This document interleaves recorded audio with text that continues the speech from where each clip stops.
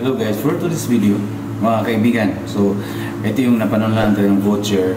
So, wala tayong budget sa pagpunta doon sa hotel na kumbaga doon tayo binigyan ng pagkakataon na mag-check-in sa voucher na ito. Wala tayong extra money, wala tayong extra time. So, mag-expire na siya ngayong May 30. So, 2 araw na lang guys. So, ang naisipan ko, ibigay ko na lang doon sa may mga sa may sasakyan na tao na para magpunta doon sa yung 2 kong voucher, papagamit ko na lang sa kanya na wala akong hinihingi na kahit anumang kapalit. Pero nung nung pag-join ako ng contest, nag-spend din ako ng pera kasi akala ko nga pera yung nito, yung premium.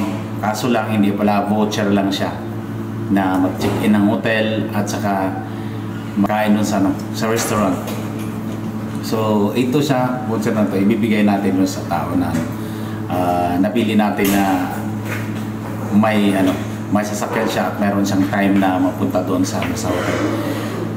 So wala talaga tayong extra money guys. Mga transportation natin pabalik dito, tapos kulang tayo ng time pag punta doon at punta dito kasi kung halimbawa mag-day off ako tapos gabi yung nito, buti lang sa amin kung araw, kaso lang gabi.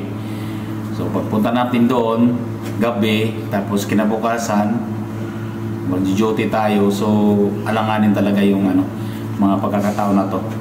So natin, better luck next time tayo sa mga ganitong sitwasyon.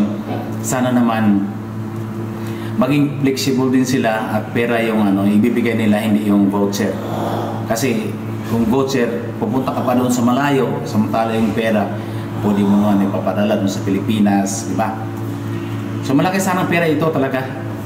Kaso lang parang para sa akin, parang hindi.